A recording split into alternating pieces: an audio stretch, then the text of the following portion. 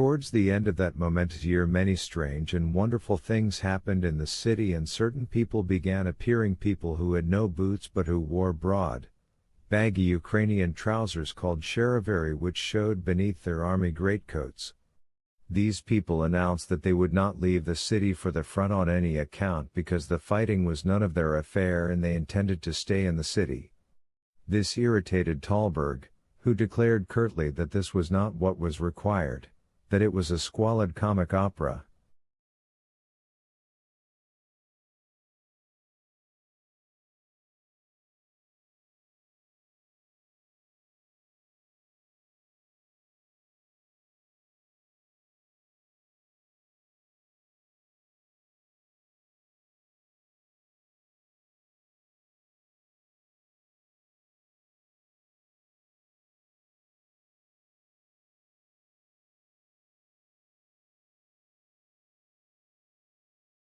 And to a certain extent he turned out to be right.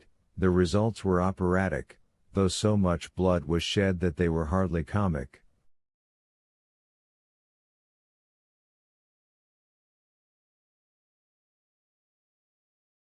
The men in baggy trousers were twice driven out of the city by some irregular regiments of troops who emerged from the forests and the plains from the direction of Moscow.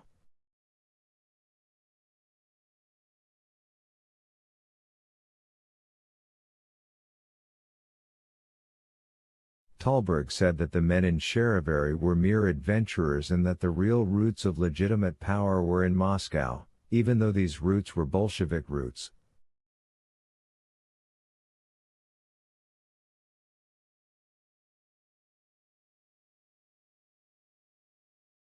But one day in March the Germans arrived in the city in their grey ranks, with red-brown tin bowls on their heads to protect them from shrapnel balls, and their hussars wore such fine busbies and rode on such magnificent horses that Thalberg at once realized where the roots of power grew now.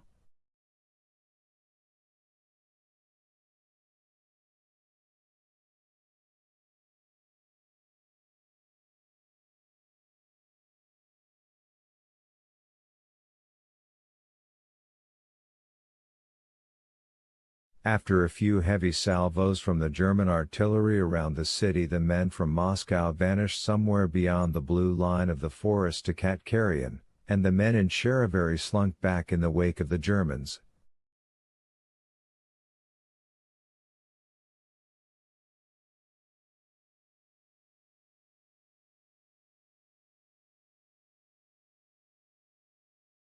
This was a great surprise. Thalberg smiled in embarrassment, but he was not afraid, because as long as the Germans were there the sharavari behaved themselves, did not dare to kill anyone, and even walked the streets with a certain wariness, like guests who were none too sure of themselves.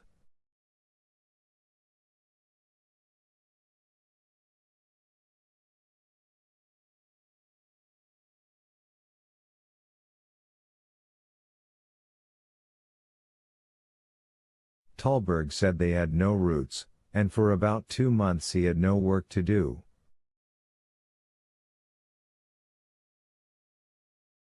One day when he walked into Thalberg's room, Nikolka Turbin could not help smiling.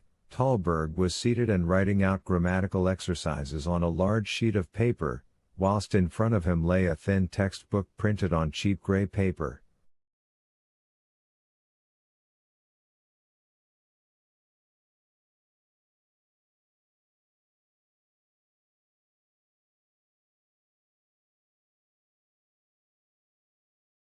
Ignatii Perpillo Ukrainian Grammar. At Easter in April 1918 the electric arc lights hummed cheerfully in the circus auditorium, and it was black with people right up to the domed roof.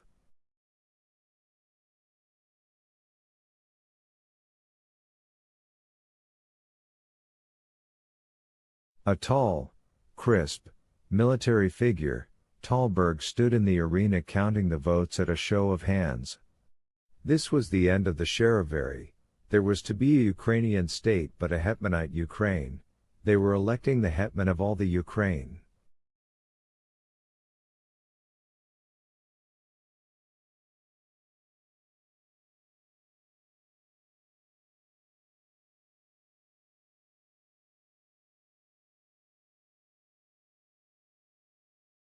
"We are safely insulated from that bloody comic opera in Moscow," said Talberg, his strange hetmanite uniform clashing with the dear familiar old wallpaper in the Turbin's apartment.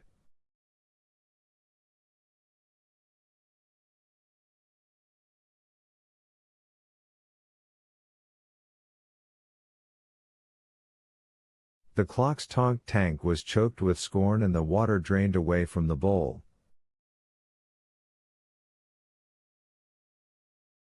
Nikolka and Alexei found that they had nothing in common with Talberg. Talking to him would in any case have been extremely difficult because Talberg lost his temper whenever the conversation turned to politics, and especially on those occasions when Nikolka was tactless enough to begin with the remark,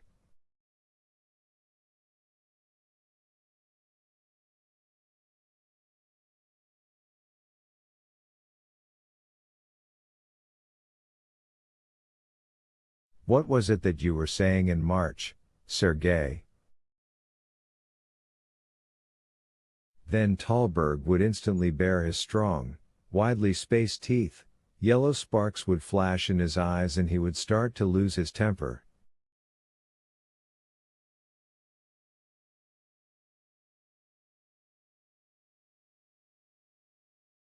Conversation thus went out of fashion. Comic opera. Elena knew what those words meant on her husband's puffy, Baltic German lips.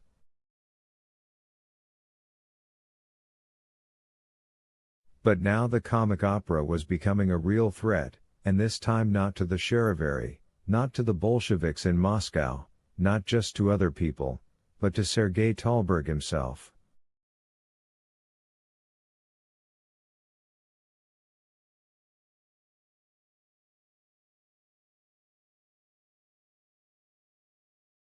Every man has his star, and it was with good reason that court astrologers of the Middle Ages cast their horoscopes to predict the future.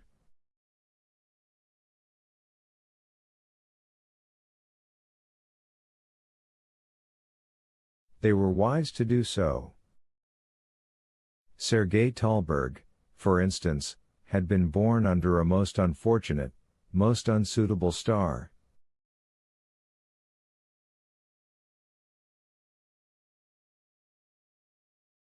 Life would have been fine for Talberg if everything had proceeded along one definite straight line, but events in the city at that time did not move in a straight line, they followed fantastic zigzags, and Sergei Talberg tried in vain to guess what was coming next.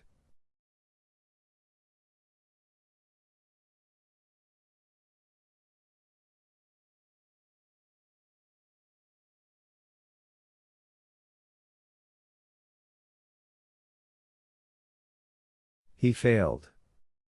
Still far from the city, maybe 100 miles away, a railroad car stood on the tracks, brilliantly lit.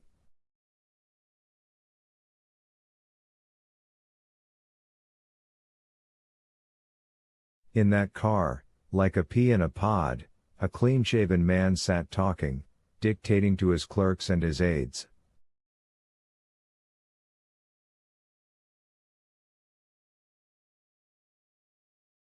Woe to Talberg if that man were to reach the city, and he might.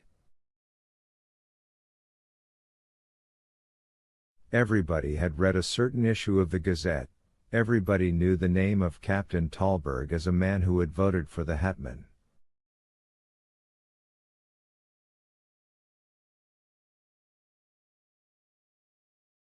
In that newspaper there was an article written by Sergei Talberg, and the article declared,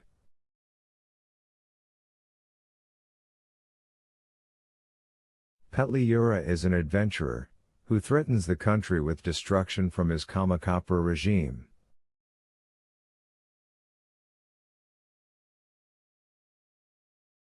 "You must understand, Elena, that I can't take the risk of having to go into hiding and facing the uncertainties of the immediate future here.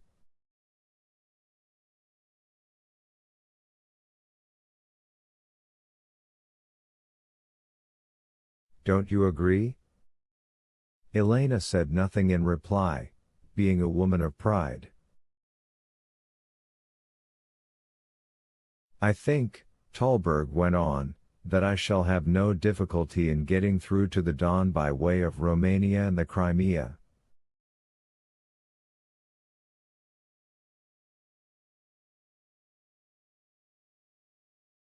Von Bussau has promised me his cooperation.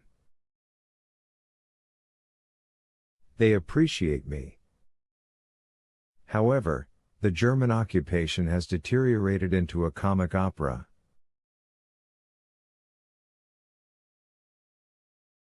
The Germans are leaving.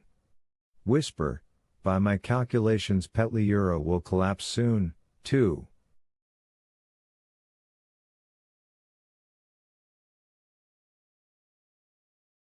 The real power is in the south, Denikin. You realize, of course, that I can't afford not to be there when the army of the forces of law and order is being formed.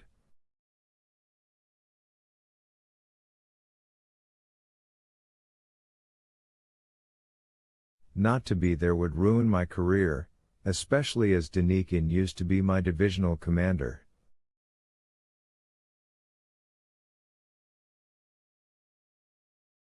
I'm convinced that in 3 months' time, well, by May at the latest, we shall be back in the city.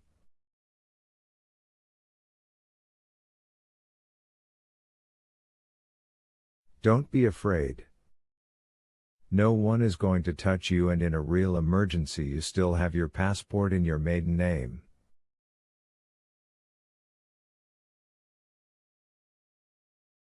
I shall ask Alexei to make sure that no possible harm comes to you. Elena looked up with a jerk. Just a moment, she said, shouldn't we tell Alexei and Nikolka at once that the Germans are betraying us?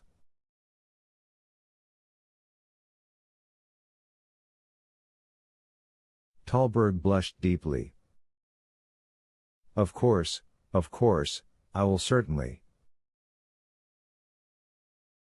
On second thoughts, you had better tell them yourself. Although it makes very little real difference to the situation. For an instant Elena had a strange feeling, but she had no time to reflect on it. Talberg was kissing her, and there was a moment when his two-layered eyes showed only a single emotion: tenderness.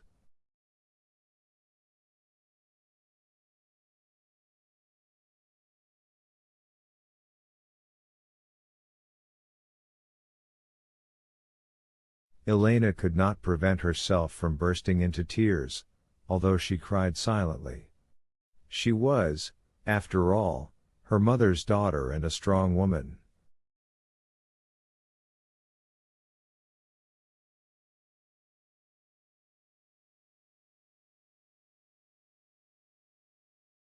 Then came Talberg's leave-taking with her brothers in the living room. A pinkish light shone from the bronze lampstand, flooding the corner of the room.